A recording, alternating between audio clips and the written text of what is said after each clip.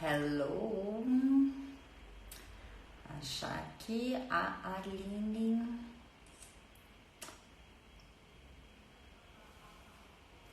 E aí, pessoal? Beleza? Gente, hoje vou fazer essa live tomando um vinho, porque, né, a gente não é obrigada a nada. Vamos falar sobre infertilidade. O que isso representa para a vida do casal? Como é que o casal pode superar isso? Tem forma de superar realmente ou não? Um brinde aqui a vocês, porque amanhã eu já viajo, então hoje para mim já é sexta-feira. Ei, Jota! Ei, Tatá! Ei, Aline! Vamos começar daqui a pouco. Pessoal, segura aí, a Aline já tá entrando. Infertilidade, né? Sonho de ser mãe, sonho de ser pai. Que treta é essa que acontece quando a gente não consegue gerar um filho? Vamos lá. Com a Aline, nutricionista Mara, especializada em saúde da mulher. Oi, E Paloma! Aline, tá boa? Boa noite, tudo Boa bem? noite, Boa prazer noite, tê-la pessoal. aqui. Aqui, ó. Prazer todo meu. Ai, Continua. gente, eu tô aqui, ó, no meu chazinho. Mas morrendo de vontade de estar tomando essa tacinha de vinho aí, tá? Ai, sim, hoje pra mim já é sexta-feira, porque amanhã eu viajo, então já Que é. delícia, que bom, aproveite. Pessoal, vocês que estão chegando aí, a live de hoje é com a Aline. Ela é nutricionista, ela trabalha com saúde da mulher, com fertilidade, alimentos que propiciam a fertilidade ou coisas que podem gerar a infertilidade. Eu trabalho com mulheres, com desenvolvimento pessoal, com autoestima, com relacionamentos e a infertilidade é algo que impacta na veia arterial do relacionamento do casal. Isso. Né? Eu, assim, só deixando claro, pessoal, que quando o casal tem problema de infertilidade, quando eles procuram uma clínica para tratar, a própria clínica já indica um terapeuta especializado para esse tipo de problema. Eu não trato esse tipo de problema, eu não tenho essa capacidade. Já estou avisando aqui, mas eu trato de casais e emoções de casais. Então, eu sei falar um pouco desses sentimentos e emoções, né? E a gente vai conversar sobre isso. Então, isso é muito importante, Paloma, porque no tratamento da infertilidade, o trabalho ele é multiprofissional, ele é multidisciplinar, né? Então, a nutrição não consegue tratar sozinha, a medicina não consegue tratar sozinha. Então, é preciso realmente ter uma equipe para dar todo o aporte para esse casal, né? Porque não adianta a gente estar com a alimentação toda saudável, com medicação que o médico prescreveu toda certinha, se o emocional desse casal está todo abalado, né? Então, o trabalho do terapeuta ele é extremamente importante nessa fase. Né? Total. Agora aqui, só fugindo um pouco, assim, do assunto, assim, bem particular, mas eu fico pensando assim, gente, pessoa mais humilde, pessoa que está passando fome, os africanos, pessoas em situações péssimas de condições alimentares, tem fertilidade, e às vezes o casal que tem tudo possível de esportes, de nutrição, tem dificuldade, né? Essa é uma questão que a medicina não explica, sabe? É até importante você falar isso, tocar nesse assunto, porque a gente já pode até entrar nessa parte que é muito importante e que eu falo com todas as minhas pacientes que chegam no consultório. E é importante a gente passar essa informação para as pessoas, para o máximo de pessoas possível, é que existe um consenso comum, né? Eu acho que até cultural essa questão de quando um casal está passando por um problema de infertilidade, é a mulher que busca tratamento, né? É ela que carrega toda aquela carga de que eu não posso ser mãe. E E a Sociedade Americana de Medicina Reprodutiva, ela soltou um dado recente de que 40% das chances de engravidar, ou 40% das causas de infertilidade, está relacionada a questões femininas. E também 40% está relacionado a questões masculinas. Então, a responsabilidade do casal, ela é igual, né? 15% está relacionada à incompatibilidade desse casal, né? Geralmente, maior parte de cunho imunológico, e 5% a medicina não explica, são causas inexplicáveis. E aí entra esse caso que você exemplificou muito bem, porque realmente, e esse é um relato que eu escuto muito no consultório, de várias pacientes que falam, Aline, eu tô tentando há tanto tempo, eu e meu marido, a gente espera tanto essa criança, a gente já ama esse bebê que a gente espera receber. E por que tem pessoas que não têm um aporte nenhum? Nada, alimentação, esporte, nada, é fértil até. Exatamente. E aí entra nessa taxa dos 5% de causas inexplicáveis, né? Então, realmente, a gente não tem uma explicação, não existe um consenso em relação a isso. Sabe? Bom, então vamos entender umas primeiras coisas, pessoal. Assim, coisas que acontecem. Primeiro, a mulher, durante o desenvolvimento dela, emocional, psicológico, ela já foi mais condicionada a esse papel de ser mãe, né? A mulher, quando já vai brincar os brinquedos dela, é a bonequinha para ela tomar conta, a roupinha do filhinho dela. Os meninos brincam de super-herói, eles querem ser super-herói, ou querem ser jogador de futebol, ou querem outras coisas. Quando você pergunta para o homem qual que é seu sonho, não é a primeira coisa que o homem fala, eu quero ser pai. Para as mulheres, muitas delas, eu quero ser mãe, esse é o meu maior sonho. Sim. Então, a mulher tem um desenvolvimento emocional, psicológico voltado para a maternidade maior que o dos homens. Então, o impacto da infertilidade nelas é diferente. Emocional, né? O impacto emocional, é diferente. Sim. Não, e até... Pode falar. E até em relação a essa questão que você está falando, tanto é que são as mulheres que buscam o tratamento primeiro, como eu disse, né? Embora as taxas são iguais, 40% de cada lado, são as mulheres que buscam primeiro esse tratamento. E seria muito importante que esse casal buscasse esse acompanhamento juntos, né? Porque em muitos dos casos essa mulher passa por vários tipos de exames onerosos, alguns tipos de exames dolorosos. E só no final dessa investigação que vai se cogitar a possibilidade desse problema estar no homem. Sendo que o único exame, inicialmente, que esse homem precisa fazer é o espermograma, que não dói nada, que é um exame extremamente simples, que já detecta, né, inicialmente, o problema relacionado, se for um problema relacionado à saúde reprodutiva masculina, né? Uhum. Então, é muito importante a gente... Como você disse, existe uma questão realmente cultural da mulher, mas a gente precisa... A infertilidade é do casal, né? Tipo assim, do casal, Tanto é que quando chega uma mulher no meu consultório com o objetivo de engravidar, eu falo assim, mas cadê seu marido? Porque você não consegue engravidar sozinha, né? A gente precisa do casal, a responsabilidade é igual do casal.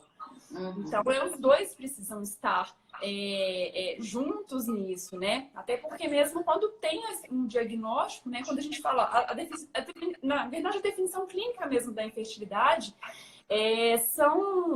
na verdade, é uma doença, né?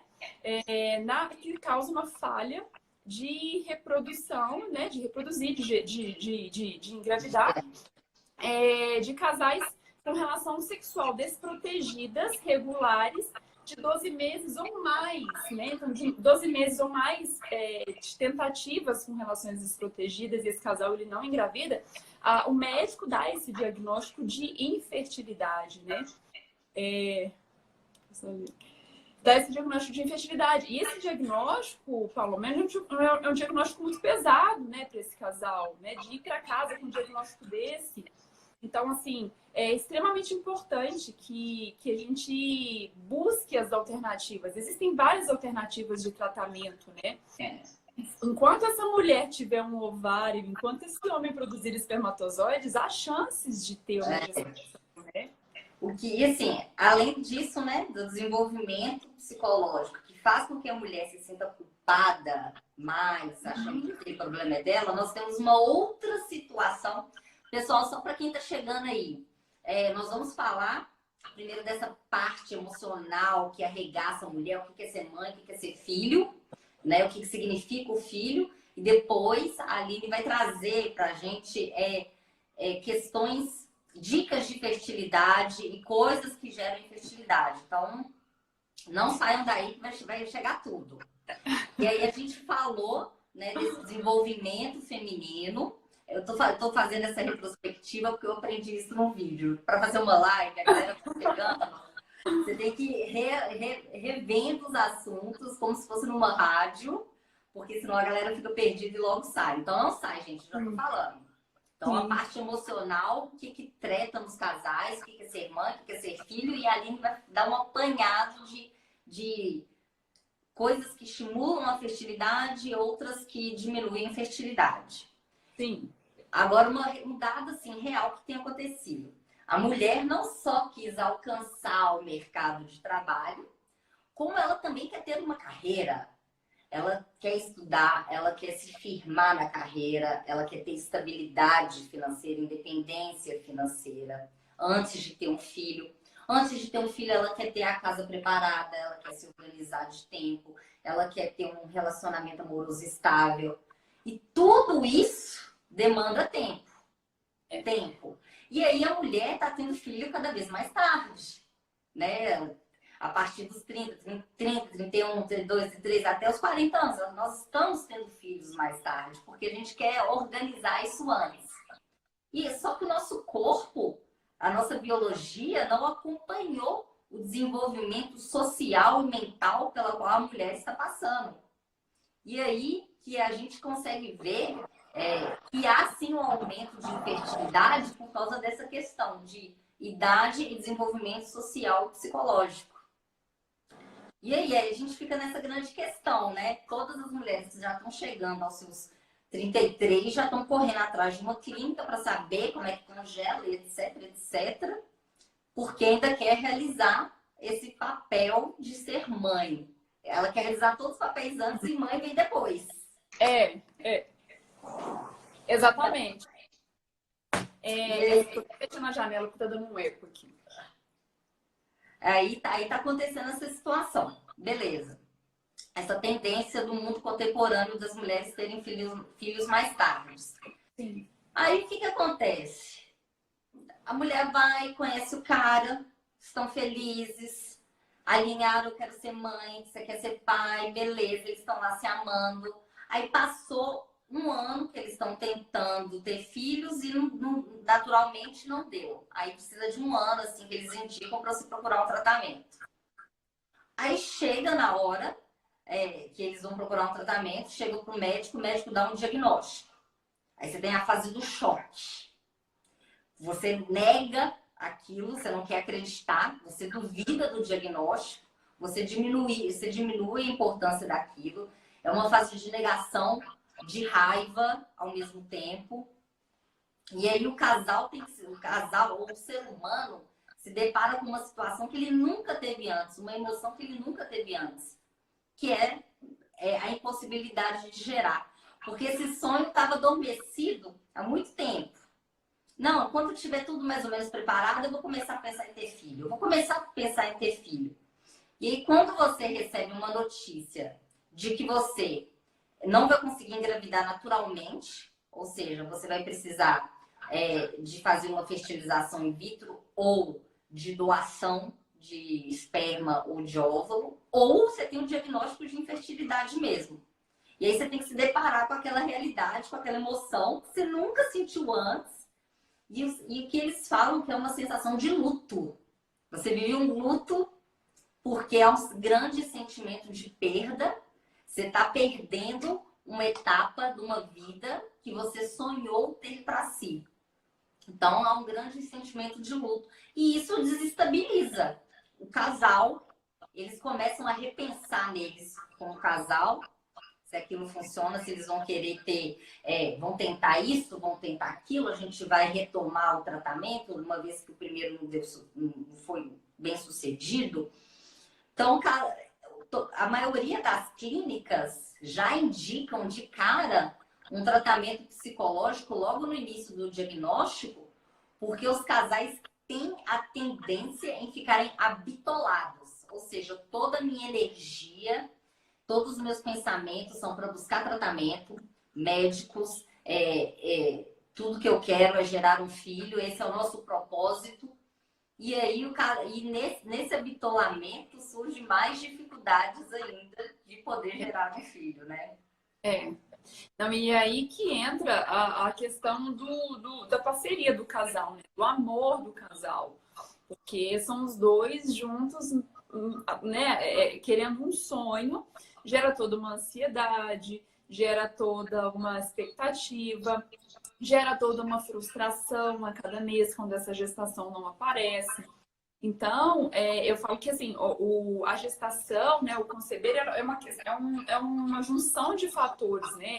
É algo muito complexo, que exige tanto um equilíbrio hormonal, um equilíbrio nutricional, um equilíbrio emocional, um sono reparador, atividade física, uma suplementação adequada. Então, é muito complexo, não é tão simples assim.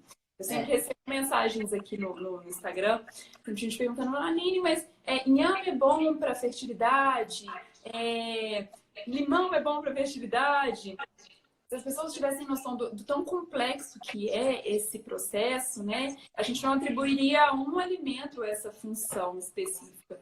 E você falou uma coisa muito importante, que uma das questões que a gente vê hoje em dia, né, há um tempo atrás não via-se tanto esse problema em relação a ter uma gestação, né? É exatamente esse, porque nós mulheres, a cada ano a gente diminui o nosso número de folículos e acontece que a gente, hoje em dia, nós não queremos a maternidade com 20 e poucos anos, né? A gente quer toda uma questão de uma ascensão profissional, a gente quer uma estabilidade financeira, a gente quer uma estabilidade no casamento. E acontece que quando ela acha que tá tudo certinho, já tem um dinheirinho, o emprego tá certinho, o relacionamento tá tudo ótimo, o apartamento todo montadinho, vai tentar ter esse filho e não consegue. Não consegue. Então, esse é um problema aí que você entra para ajudar, porque realmente esse casal precisa desse aporte. E também a questão toda de tratamento, né? A gente sabe que até os 35 anos, nós mulheres, a cada ciclo, a gente tem 20 a 25% de chances de engravidar. Então, no final de 12 meses, no final de um ano, 90% das mulheres, nós mulheres já engravidamos. Né? Se nós estivéssemos tentando, obviamente, né? Mas 90% já engravidou depois de um ano. E depois dos 35 anos, essa taxa ela reduz para 5%. Né? Então, ela reduz muito. Então, né, no caso de mulheres que já estão tentando. Então, isso é muito importante. A idade conta, sim. E é por isso que a nutrição vem... Olha que merda que é pra gente, Aline. Já é difícil a gente ganhar dinheiro, a gente estabelecer na carreira, ser gostosa, magra, né? Equilibrada emocionalmente. A gente ainda tem que ter filho até tal idade. Nossa Senhora, Não, e além disso tudo, né? Além dessa questão que está mudando demograficamente, né? Enfim, da mulher tá buscando isso, mas a gestação mais tarde, a gente ainda vem de uma infância e adolescência de uma alimentação muito inflamatória, né? Porque a gente pegou toda essa parte da alimentação muito industrializada, embaladas em saquinhos de plástico. Então, somos hoje uma geração de mulheres e de homens mais intoxicados, né? Eu tenho as minhas professoras do curso de fertilidade que eu fiz no ano passado, elas falam que hoje a gente tem muito problema em relação à fertilidade, mas a era dos inférteis ainda não chegou. Ela ainda está por vir, né? São os adolescentes de hoje em dia vão ter grandes dificuldades de engravidar. Então, cabe a nós, da nutrição, da medicina, conscientizar essas pessoas e trabalhar com estratégias para que a gente consiga melhorar toda essa questão ambiental, do estilo de vida, para que a gente consiga, mesmo depois dos 35 anos, aumentar as taxas de fertilidade, né? Isso a gente consegue mudando completamente o nosso ambiente. Então, assim, além dessa questão do fator da idade, a gente tem essa questão do fator ambiental, como eu disse, né? Dos alimentos industrializados, muito relacionados aos xenoestrógenos, né? Que são os disruptores endócrinos. São os plásticos, os alimentos embalados, alimentos muito industrializados, fungicidas, pesticidas, os agrotóxicos, né? Que também são disruptores endócrinos, que causam desequilíbrio hormonal nessa mulher e nesse homem também. Grande quantidade de produtos também químicos, como parabenos nas nossas maquiagens, metais pesados, como por exemplo alumínio no nosso desodorante. Nossa, é muita então, coisa. Tudo isso a gente já pode ir trocando. A gente acha que travou. Eu não sei se foi o meu. Travou? O meu tá tranquilo. Tá tranquilo. Então, tudo isso a gente já pode ir criando estratégias, né? Então, uma alimentação mais limpa possível, mais natural possível, com uma redução significativa de alimentos industrializados, já vai gerar uma grande diferença nessa saúde hormonal desse homem e dessa mulher. Alimentos orgânicos é extremamente importante, né? Quando a gente fala em fertilidade, muita gente acha que é modinha comer orgânico, que é frescura comer orgânico, mas quando a gente fala de infertilidade, quando a gente fala de problemas relacionados, por exemplo, à saúde hormonal da mulher como endometriose, a síndrome dos ovários policísticos, não é frescura, é extremamente importante que essa mulher e esse homem, esse casal, busquem a alimentação mais limpa possível, né, desses agrotóxicos, desses pesticidas, e uma alimentação, uma alimentação orgânica é importante sim para esse casal. O sono, como eu disse, a melatonina é um hormônio extremamente importante na saúde dos nossos ovários, né? E também... Tem alguém perguntando? Tá usando leite de magnésio, Philips, neutro para desodorante. Isso. Mudou o desodorante. Boa estratégia, isso. Então, onde eu estava falando? Entendi aqui, gente, me lembra. Tá falando dos alimentos orgânicos, né? Isso. E aí, então, da importância, né, dos alimentos, da alimentação orgânica, substituição das nossas maquiagens, né? Por maquiagens veganas, com produtos veganos. O desodorante que a Fernanda falou aqui. Oi? A MAC é vegana? Não, a MAC não é vegana. Ai, meu Deus. Mas ela tem esse... Como é que chama esse metal que tem na maquiagem? Parabenos. Nos batons também tem muita quantidade de chumbo, que também é um metal pesado, né? Quando a gente fala em fertilidade, melhora da saúde reprodutiva, a gente tem que falar de uma melhora, de uma limpeza desse ambiente, né? Uma melhora desse ambiente reprodutivo. E que a gente vê hoje como um dos grandes causadores de dificuldades de engravidar é a intoxicação, né? Eu tenho várias pacientes, quando a gente dosa os metais pesados, ela está altamente intoxicada com alumínio, com mercúrio. É extremamente importante a gente reduzir a exposição desses metais pesados, né? Trocar nossas panelas. Aonde que estão esses metais pesados? Só para exemplificar e o pessoal entender. Gente, ó, só mostrando aqui, ela tá falando de substâncias na nossa alimentação, produtos industrializados, pesticidas, plásticos, maquiagem, todo um arcabouço de coisas que a gente usa que geram transformações em nós, né? Se assim pode dizer, que atrapalham a fertilidade. Isso. Mas, Aline, o que seria, assim, de exemplo prático em relação a maquiagem, produtos que a gente deveria evitar? Sim. Então, na verdade, a minha ideia mesmo é dar Isso. Uma mensagem Vou falar também, pode deixar. A ideia mesmo é trazer para vocês conceitos práticos para que a gente coloque em prática no nosso dia a dia. Além da questão da alimentação, a mudança do ambiente, do estilo de vida é extremamente importante. Então, trocar, por exemplo, o desodorante com alumínio, que a grande maioria deles tem por um desodorante sem alumínio, ou estratégias naturais, receitinhas naturais, como a Fernanda colocou aqui, do leite de magnésia. Eu já vi receitas com leite de coco, com óleo de coco também. Então, são várias receitas naturais que são muito mais saudáveis para a gente utilizar. Não vai ter essa exposição do alumínio, que é um metal pesado. Por exemplo, a substituição das panelas também, com teflon, panelas de alumínio também. Teflon não é mal? Sim, muito mal. E tem muita gente comendo teflon, alimentos com teflon todos os dias, né? O teflon também é um disruptor endócrino, né? Então vai atrapalhar todo esse equilíbrio hormonal. Então o ideal é que essa mulher, esse homem, façam uso de panelas, por exemplo, panelas de vidro ou de cerâmica, mas o ideal seria panelas de vidro. As O que eu embalagens... escutei, vê se isso é verdade. Esse tanto de líquido que a gente toma em plástico, por exemplo, garrafinha d'água. Aí a gente fica usando aquela mesma garrafinha d'água várias vezes, fica só soltando o plástico lá. Diz que isso influencia também, né? Influencia muito, né? No caso dos plásticos, são os bisfenóis, né? Presentes nessas embalagens de plástico. E a liberação, ela é agravada quando tem o aquecimento dessa embalagem ou quando tem o congelamento. Então, por exemplo, você me citou, assim, brilhantemente, a garrafinha de água. Eu vejo muita gente deixando a garrafinha de água no carro. Então, sai, deixa o carro no sol, chega aquela água tá até quente. A liberação de bisfenol ali aconteceu. Usar embalagens de plástico, por exemplo, para aquecer alimentos no micro-ondas também. Há uma grande liberação de bisfenol.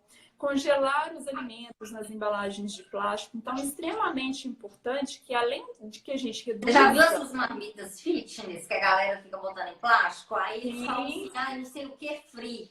Adianta alguma coisa? Então, a gente tem na indústria várias embalagens com selo de BPA Free, né? Que é o bisfenol, que é uma embalagem livre de bisfenol. Só que o que acontece é que a gente não tem somente bisfenol A como um grande disruptor endócrino.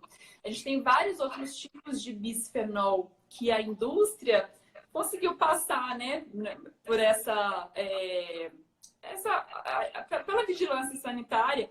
Então, retirar somente o bisfenol A não é a melhor estratégia, né? A melhor estratégia é realmente substituir as embalagens de plástico por embalagens de vidro. Então vamos indicar para todo mundo que faz marmita fitness, colocar aonde, Aline? Esse pessoal? Na embalagem de vidro.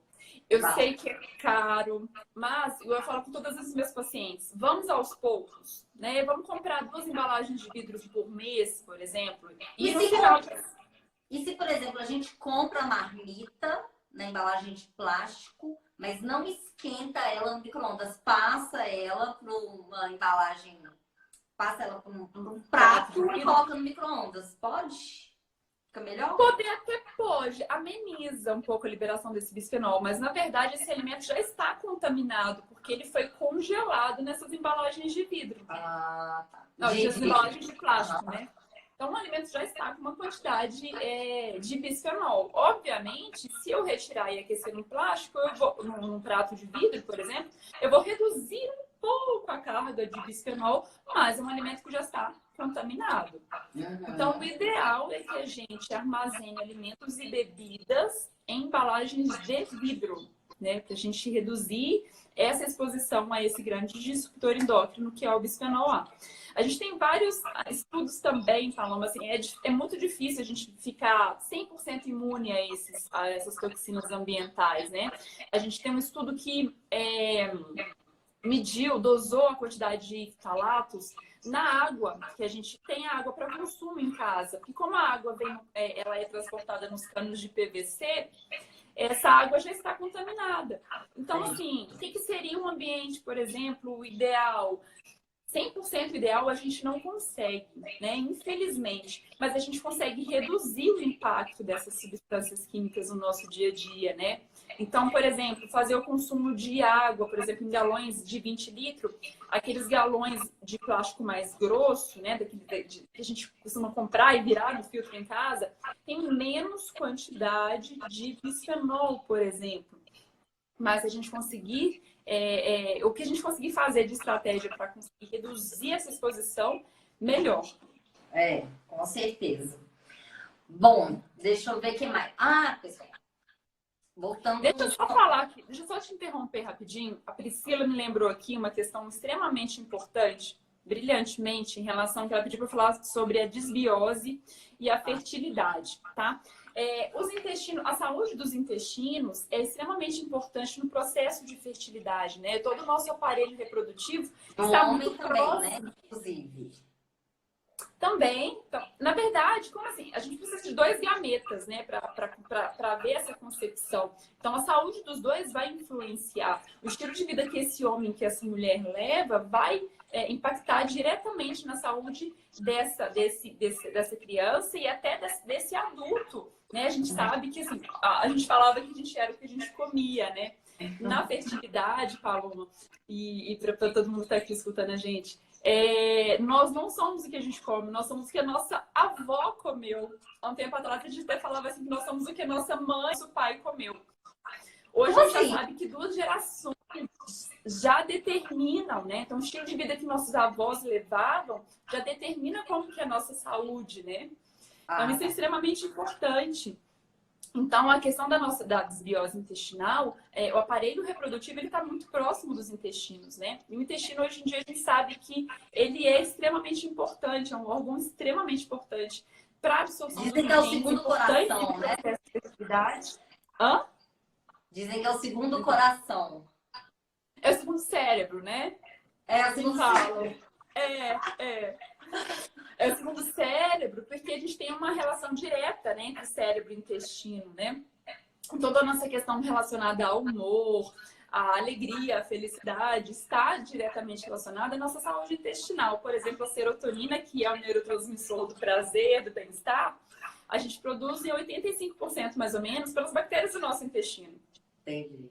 Então, hoje em dia, a gente associa até mesmo a nutrição, ela vem muito forte no tratamento, por exemplo, concomitante, né, o tratamento psiquiátrico e psicoterapêutico de depressão, por exemplo. A gente já consegue ajudar muitos pacientes com queixas de depressão, ansiedade, só tratando esse intestino. Só tratando esse intestino não, porque é muito complexo isso, mas tratando o intestino. E aí, como a Priscila me lembrou aqui, somente para fechar esse gancho da questão da desbiose intestinal, uma coisa muito importante, que não estava nem aqui na minha listinha para ser falado, mas é importante a gente saber, que além, Paloma, do que você disse, que nós mulheres, né, as mulheres estão buscando uma gestação mais tarde, a gente tem um tempo de exposição maior aos anticoncepcionais, né? A gente tem mulheres que retiram o anticoncepcional quando quer engravidar com 35 anos. Ela começou a tomar um anticoncepcional com 15, por exemplo. Ou seja, você faz o quê? Você tem o quê? Hã? Você usa o quê? Eu uso nada. Nada? Já tá tentando? Não tô tentando. Estou à beira do casamento, né? Inclusive, o convite daqui a pouco chega aí na sua casa. Mas não tô tentando. Mas há 4 anos eu não uso nada. Mas, nem DIU? Não uso nada, tabelinha. Olha, isso. Tabelinha, gente. Gente, que controlado. Como a minha avó usava. Mas é o que a minha ginecologista fala, assim, é o melhor, pra mim, que não queria colocar nenhum tipo de método contraceptivo, enfim, não queria usar o DIU, era o que ela tinha para me oferecer. E graças a Deus tem funcionado. Porque a gente ainda não tá planejando. E olha só, eu fiz 34 anos. E planos para ter bebê somente no ano que vem. Então, também já tenho que me preocupar com isso, né? Então, a questão do anticoncepcional que eu estava dizendo é muito importante, porque os anticoncepcionais, eles alteram o pH vaginal. Então, eles alteram todo o microbioma, né? As bactérias da vagina, também que atrapalham todo o processo de infertilidade. Então, além de poder gerar uma desbiose também, impede a absorção de vários nutrientes importantíssimos para a fertilidade, como, por exemplo, zinco, vitaminas do complexo B. Então, é extremamente importante também que a gente cuide desse intestino para que a gente tenha um bom sucesso nessa fertilidade. Me deu um alerta, porque o meu marido, ele tem um intestino preso, não funciona direito. Agora eu vou ficar em cima dele para controlar isso. Sim, é extremamente importante. Intestino preso está muito associado a questões relacionadas a alergias alimentares, né? Ou, então, uma alimentação muito pobre em fibras, uma desidratação, uma deficiência na ingestão de água. Então, é extremamente importante a gente tratar esse intestino, não só da mulher, mas do homem também, né? Muito legal, Aline. Agora, pessoal, só fazer um gancho aqui sobre o que é ser mãe, Aline, para você? O que significa ser mãe? Nossa, ser mãe, meu Deus, que pergunta. Olha, eu acho que ser mãe você dar uma contribuição para o mundo, assim, de você preparar um ser humano para esse mundo, assim. Eu acho que é uma responsabilidade muito grande, mas é uma dádiva, né? De você deixar uma sementinha sua aqui e preparar essa pessoa para ser uma grande pessoa, para fazer coisas muito boas. Eu acho que é isso. E para você? Pois é, e essa pergunta, para mim, eu ainda não consegui definir exatamente, não, mas o ser mãe é diferente da experiência da maternidade. Que os casais precisam ter isso muito claro na hora de tomada de decisão. Sim. Porque a experiência da maternidade implica em gerar. Agora, ser mãe, eu posso ser mãe de um ser que não foi gerado por mim. Sim. E aí, quando o casal se encontra com a dificuldade de engravidar, eles começam a sondar as opções. Sim. E aí, então posso ter, então, vou adotar? Vou pegar o óvulo de alguém ou o esperma de alguém, que também gera outro tipo de problema, igual você falar, vou deixar uma sementinha minha. Já não é a sementinha sua, é uma outra sementinha. Por isso que o psicólogo, né, o tratamento tem que ser tão aliado para deixar claro todo esse sentimento. O que é ser mãe? É a experiência da maternidade ou é passar a sua cultura, os seus valores? É fazer você criar um ser humano melhor para o mundo? Então, ele precisa trazer todas essas incongruências que é para a pessoa que é ser mãe, né? Sim, sim. E o que é ter filho? O que é ter filho? Ter filho é o quê? A experiência da maternidade, é a experiência de ser mãe, é eu criar um espaço na minha árvore genealógica, é ter um pedacinho de mim passando. Existe até um termo interessante do Instituto de Ginecologia e Obstetria de São Paulo, que ele fala sobre, como é que chama? Ferida narcisa. Que fere a pessoa, o narciso que nós temos de não conseguir passar o nosso gene para frente. É uma ferida narcisa. E aí a pessoa que tem essa ferida narcisa, eu não consigo passar minha sementinha, né? Ela vive um luto silencioso. E aí os casais passam por uma dinâmica muito complexa porque eles tentam achar algum responsável.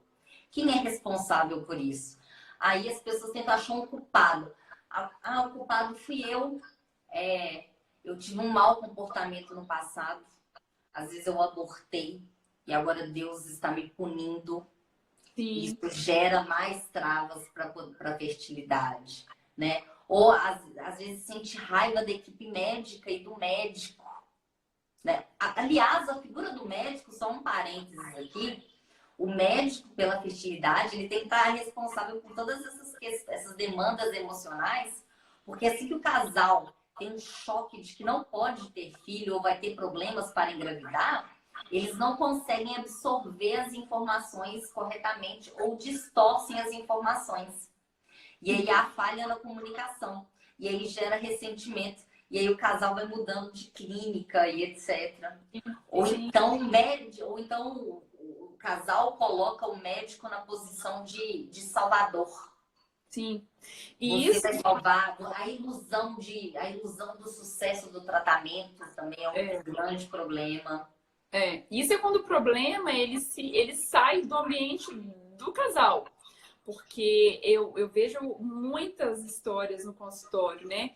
Onde o homem ele chega num momento que ele para de querer fazer relação sexual com a mulher, por exemplo. Né? Ele alega que ela só procura ele no período fértil. Eu tenho pacientes que me falam assim, ai, meu marido, quando eu chego fazendo um carinho nele, querendo namorar, ele já fala assim, ah, tá no período fértil, né? Porque o homem fica se sentindo como uma Reprodutor. ferramenta, um reprodutor, e ele ele acaba sendo um processo que para ele não é mais prazeroso, né? Eu acho que isso aqui é tão importante, o acompanhamento terapêutico, porque é muito difícil para esse casal lidar com isso e ainda manter toda a harmonia, né, dentro de casa. Porque imagina, você recebe essa notícia, a sua sensação é impotência, sou azarado, sou defeituoso, estou inadequado, minha vida acabou, não sou um pedaço de mim se foi. Você repensa no futuro do relacionamento, né? Sente raiva. A infertilidade, ela atinge o casal de uma forma que ou eles conseguem se unir, se ressignificar, tirar forças daquele problema, ou o casal vai degringolar, porque eles não conseguem dar ajuda mútua. Não conseguem dar. Então, assim, na cabeça do homem acontecem várias coisas, na cabeça da mulher várias coisas, por causa da forma que eles viveram. Sim. E aí aquele sonho, ele vai ter que ser readequado. Eu peguei um livro aqui, gente, esse livro chama Para que o Amor Dê Certo. Ele é do Bert Hellinger, que é o criador da constelação familiar. E aí ele fala assim que a infertilidade é um golpe do destino. E quando acontece isso, quando um dos parceiros não pode ter filhos e o outro quer ter, eu vou ler aqui para vocês. Ele fala assim, que um parceiro ele não pode exigir que o outro compartilhe esse destino com ele. Eu não posso exigir que o meu parceiro compartilhe esse destino comigo. Essa é uma cruz minha. Por outro lado, aquele que tem esse destino interiormente deve deixar o outro livre. Se o parceiro, mesmo assim, ficar com ele, isso é um presente especial e deve ser reconhecido como tal. Isso não pode ser exigido.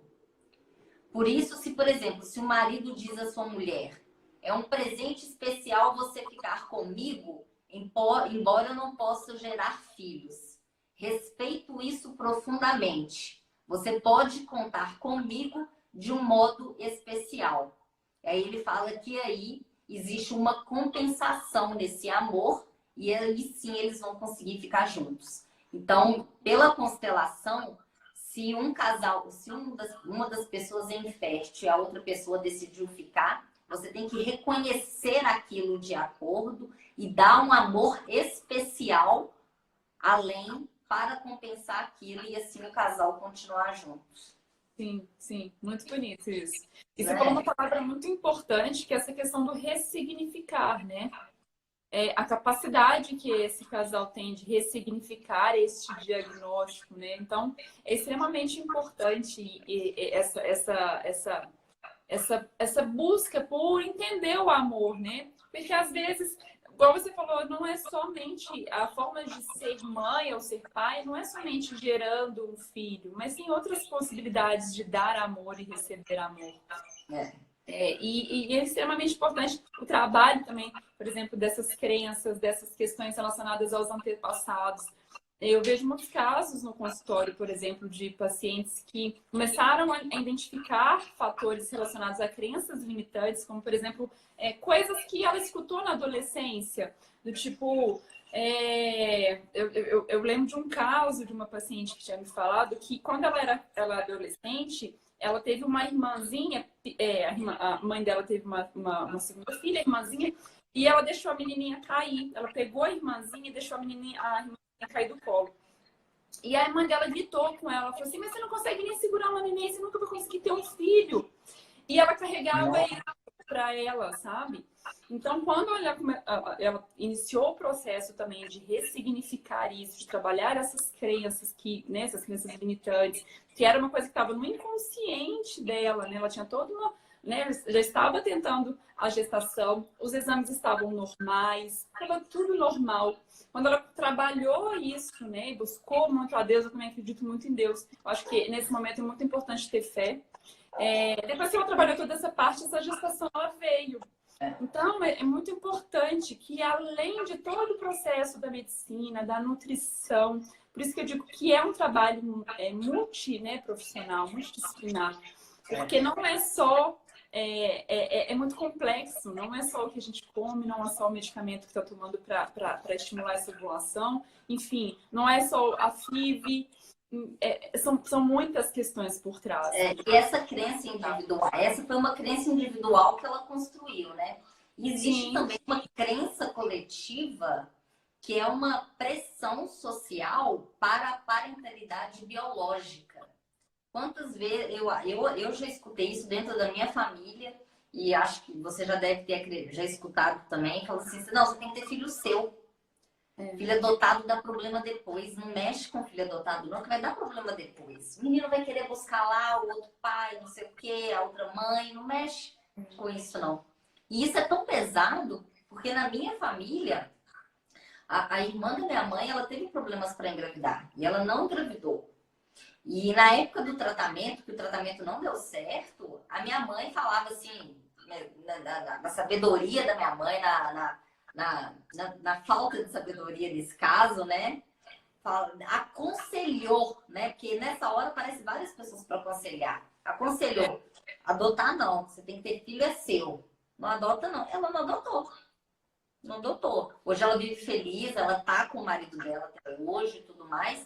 Mas talvez a minha mãe, que exercia grande influência sobre ela, não tivesse dado esse conselho, ela poderia ter tido a oportunidade de ser mãe. Ela poderia ser, ela não teve a experiência da maternidade, mas poderia ter a experiência de ser mãe. Então, a gente, nesse momento, a gente tem que ter muito cuidado com quem a gente vai se aconselhar, com quem vai dar, com quem vai opinar. Aliás, os casais, quando passam por isso, eles tendem ao isolamento social. Eles não querem conversar sobre isso. É um assunto que eles não querem chegar numa mesa de restaurante, vai tomar um vinho, nananã, e falar que está tendo problema de fertilidade. E sempre tem alguma pessoa inconveniente que vai lá e pergunta, e aí? Vai ter filho, não? Sim, exatamente. Então, assim, eu acho que hoje em dia as pessoas estão se conscientizando que existe realmente uma questão, que existe uma problemática, né? Existem taxas mais aumentadas hoje em dia, devido a toda essa questão ambiental, uma mudança, né? Da mentalidade da mulher em relação à gestação, mas ainda assim existem muitas pessoas inconvenientes que na festa de família faz um comentário desse. Então, eu sempre falo muito com os meus pacientes, é um processo de vocês, né? Satisfações não são necessárias, porque torna o processo muito mais doloroso. Então, quando a gente deixa esse processo mais leve, tende a fluir melhor, né? A gente cria menos frustração, reduz as expectativas, mas ainda assim é uma coisa que eu acho que a gente ainda tem que trabalhar na mentalidade das pessoas, de que não é legal esse tipo de comentário.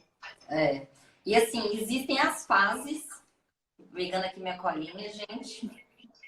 Primeira fase do choque, né? Que você começa a pesquisar tudo. A fase da raiva, da revolta, que você se sente inferior, você sente vergonha, você sente culpa, inadequado, desesperado. Ocorre uma desorganização interna, ocorre tendência à depressão. Você sente você tem um sentimento de falta de esperança, de incompetência, tem sintomas no corpo físico. E aí depois, né, dessa fase deprimida, de isolamento, você começa então a se reorganizar. Então é muito importante o psicólogo nessa hora, né, o terapeuta, para essa reorganização, para essa ressignificação, para o casal ainda conseguir se fortalecer ou liberar. A primeira atitude é assim, eu te libero. Não dá? Não dá? Te libero. Ficou? Ficou. Como que a gente vai se organizar a partir daí e se fortalecer, né? Porque realmente o casal ele fica tão habitolado com aquele sonho que eles não têm mais desejo sexual, né? Se torna aquilo que você falou, reprodutor. Te procuro na hora de que eu vou conseguir engravidar. Aí vem cá que nós vamos transar. Vamos fazer, né? Então, diminui desejo sexual, diminui, às vezes tem ausência, diálogo falta, fica um sentimento assim, é o meu sonho, mas eu também não quero te largar, porque vai ser pai, vai ser feio da minha parte te largar nesse momento, porque você não consegue fazer em mim um filho. É muito complexo, é muito complexo. Mas os estudos indicaram que os casais que tiveram tratamento psicológico durante o processo de tratamento de fertilidade tiveram mais sucesso, porque eles conseguiram lidar com essas emoções. E quanto mais a gente compreende a emoção, melhor a gente consegue lidar com ela, com a ansiedade, com a angústia, a gente consegue compreender, a gente consegue ressignificar. Como essas emoções a gente nunca sentiu antes, porque a infertilidade a gente não sente durante a adolescência, não sente quando é criança, não sente com nossos pais. A gente sente naquele momento, ela cai pra gente. Então a gente precisa digerir. Então, para a gente conseguir digerir, muitas vezes a gente precisa de um condutor que consiga fazer a gente sentir, perceber aquilo de uma maneira diferente. Então, assim, é extremamente essencial as pessoas terem realmente o acompanhamento para desabitolar. E isso, né? Meu ambiente, o ambiente com meu marido, os alimentos, o que eu me alimento, quais são as minhas crenças. Se eu tiver essa crença, assim, essa sua paciente, aposto que ela cresceu com um medo dela, porque, deixei o bebê cair, nunca vou poder ter filhos, você vai poder ter um filho. Ela cresceu inconscientemente, ela achava que se ela engravidasse, ela ia deixar o bebê cair, ela não ia ter a capacidade de segurar um bebê, né? Com o diagnóstico, ela reativou aquela emoção. E até você lembrar que às vezes você nem não tem nem a consciência desse caso específico, né? Às vezes só num acompanhamento terapêutico e você vai lembrar, gente, vai ter a tomada da consciência de que houve, né, uma situação desse tipo. E você estava falando na questão relacionada à depressão, é um dado muito importante, muito interessante, que fala que basicamente o número de mulheres inférteis com depressão se iguala ao número de mulheres com câncer também. Então, é um impacto emocional muito grande, né? Então, esse casal, quando ele recebe esse diagnóstico, ele realmente precisa buscar tanto acompanhamento médico, nutricional e terapêutico. É preciso ter paciência. Por exemplo, comigo na nutrição, eu não consigo fazer absolutamente nada para esse casal e nem recomendo que ele engravide, esse casal engravide pelo menos eu preciso de pelo menos 3 meses, né? 3 meses é o tempo onde a mulher leva para maturar um folículo e o homem para maturar um espermatozoide, para produzir um espermatozoide. Então, a gente precisa melhorar a qualidade desses gametas e como são 3 meses de formação, eu preciso de pelo menos 3 meses para garantir que daqui 3 meses esse casal vai ter um óvulo e um espermatozoide de melhor qualidade. Então, a gente já fala uma questão relacionada a 6 meses, né? Então, precisa ter paciência, precisa ter controle emocional, equilíbrio, porque se a gente conseguir dessa forma tranquila, essa gestação ela vai vir, né? Então... Aline, então, ó, antes de terminar, se fosse você que tivesse infértil, foi diagnosticada, você se alimentou direito, fez tudo, esporte, vida saudável, pronto. Você tá noiva, você tá prestes a casar, mas o médico falou, você não pode ter filho. E aí, o que você ia fazer? Qual que seria o seu primeiro ato? A primeira coisa é buscar a causa. Por que que eu não posso ser mãe? Ou por que que meu marido não pode ser pai, né? E aí, a partir do momento, depois de identificada essa causa, buscar o melhor tratamento. Então, hoje as causas de infertilidade, elas são inúmeras, tanto para a mulher quanto para o homem, né? Então, identificar essa causa e tratar o problema é a primeira coisa, né? Não se limitar a opções de fertilização, por exemplo, buscar formas, às vezes, de um acompanhamento nutricional, terapêutico, terapias alternativas como a acupuntura também tem vindo muito forte nessa questão relacionada à fertilidade. Então, buscar alternativas, né? E, num segundo momento, realmente buscar um procedimento de uma fertilização in vitro ou de algum outro que seja mais indicado para o caso. Mas você estaria aberta à doação de óvulo, espermatozoide ou barriga de aluguel? Não entendi. Você estaria aberta a uma doação de óvulo ou uma doação de espermatozoide ou uma barriga de aluguel? Eu, Aline, estaria. Mas às vezes, Paloma, o sonho da mulher ou desse casal, ele é tão grande de ter um filho, né, gerado espontaneamente por eles, que neste primeiro momento esse casal ele não pensa nessa parte, né? Então, num primeiro momento ele vai realmente buscar um tratamento. Então, eu acho que isso vem sempre no segundo momento, onde realmente as alternativas foram esgotadas, onde realmente... Você, Maria, você estaria aberta a isso, a essas possibilidades? Eu acredito que sim. E beleza, agora vamos tirar essas possibilidades. Você não vai conseguir engravidar nem com doação de esperma, nem com barriga de aluguel, nada. Você não consegue. E aí? E o problema está em você. E aí? Eu acho que eu buscaria ressignificar isso, Paloma. Identificar uma outra forma de me satisfazer como pessoa ou como mulher de outro formato.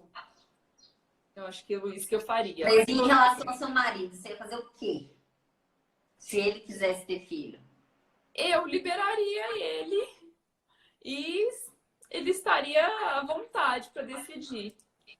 Entendi. É o que você falou, assim, a gente não pode obrigar o outro a estar com a gente perante um problema, né? Se o problema ele é meu, o outro ele não tem, ele pode escolher, ele tem a escolha. Ele tem a escolha. Galera. Né? Minha aguinha aqui. Então é isso, eu acho que a gente não pode obrigar o outro, sabe? Eu acho que é uma escolha do parceiro nesse caso. Do parceiro, né? E você entende, uma pessoa, a Fernanda perguntou aqui, na protecnologia, você já ouviu falar?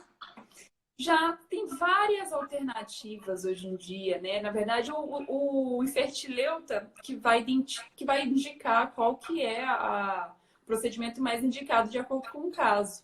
Mas o que é isso? Eu não sei, não. O que é isso, Fernanda? O que é isso, Aline? São métodos de concepção. Então, são vários métodos que a gente hoje em dia tem. O mais aplicado atualmente é a fertilização in vitro, né? A gente tem maior quantidade de casos de sucesso, mas a gente tem dados que relacionam a questão da fertilidade, da gestação natural, ter taxas iguais à FIV, né? Então, não garante um sucesso dessa gestação. Paloma, só te alertar que a gente vai cair daqui 1 minuto, tá? Então vamos encerrar. Então. Já deu 1 hora? Já deu 1 hora, 9h58, porque senão a gente sai sem despedir. Gente, eu achei que ia dar 30 minutos esse bate-papo. Mas, Aline, obrigada! Obrigada, Paloma, foi um prazer falar com você. Fernanda, obrigada pela sua participação. Natália. Turminha. Obrigada, gente. Aqui, vamos fazer mais? Vamos. Temas bafônicos. Vamos. Estou à disposição. Só chamar. Eu queria saber mais sobre fertilidade masculina. Dicas de fertilidade. Posta alguma coisa lá pra gente de fertilidade masculina? Tá. Porque o homem dificilmente, eu sei da varicocele e tudo mais, mas eles não são atentos como nós, né? E são os casos são